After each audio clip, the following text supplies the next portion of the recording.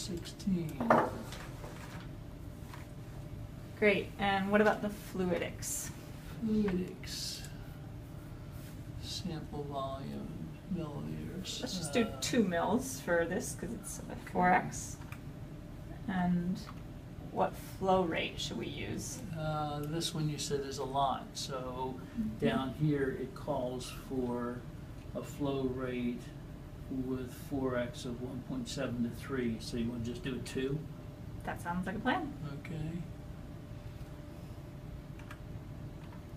And what auto image rate should we use? Auto image rate we talked about before. You said it for 20, but I don't know what the 4 would drive it at. What does it say on the sheet? Oh, it says down here auto. It does. It gives it to you. So 4 is 20. There it is. And let's go ahead and click out of it so that way that. This is up to 41%. Yeah, just click any in any box just to Right. make sure that all of that is implemented. So that's a higher efficiency, which is fantastic. The larger flow cell is going to drive that. So all we had to do is just these 3. Yes, Okay. and let's check out filter. Filter here. And what's the diameter minimum that's currently being used for the acquisition filter?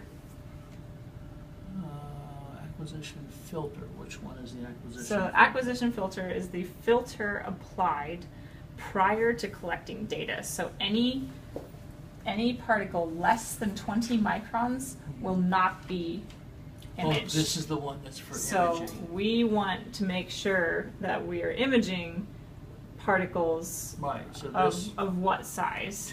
we're at 5, so we want to put it lower than 5. Well, but we're using the 4x objective. And so what's our research goal with the 4x objective? Is it to image scanodesmus? Is it to image? No, it's for the invasives. Great. So So there it could be 100 microns or thereabouts. Because so there you'd be looking at minimum diameter would be 100 microns.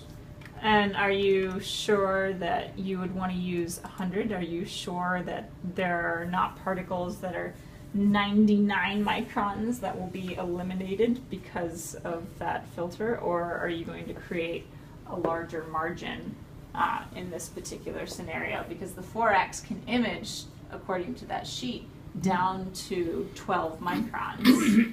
If you look at the minimum particle size required. So should we be a bit more cautious and just say 20 or 30 maybe instead of 100? Yeah, because if there's things that are between 100 and 5, I certainly want to see them. So what's the minimum particle size for 4x that we can image? 12. That's what it says. So you I'd can like to put be able to see down to 12. 12 then, or higher. Okay, so let's just say 15. Great. Yeah, and diameter maximum doesn't matter.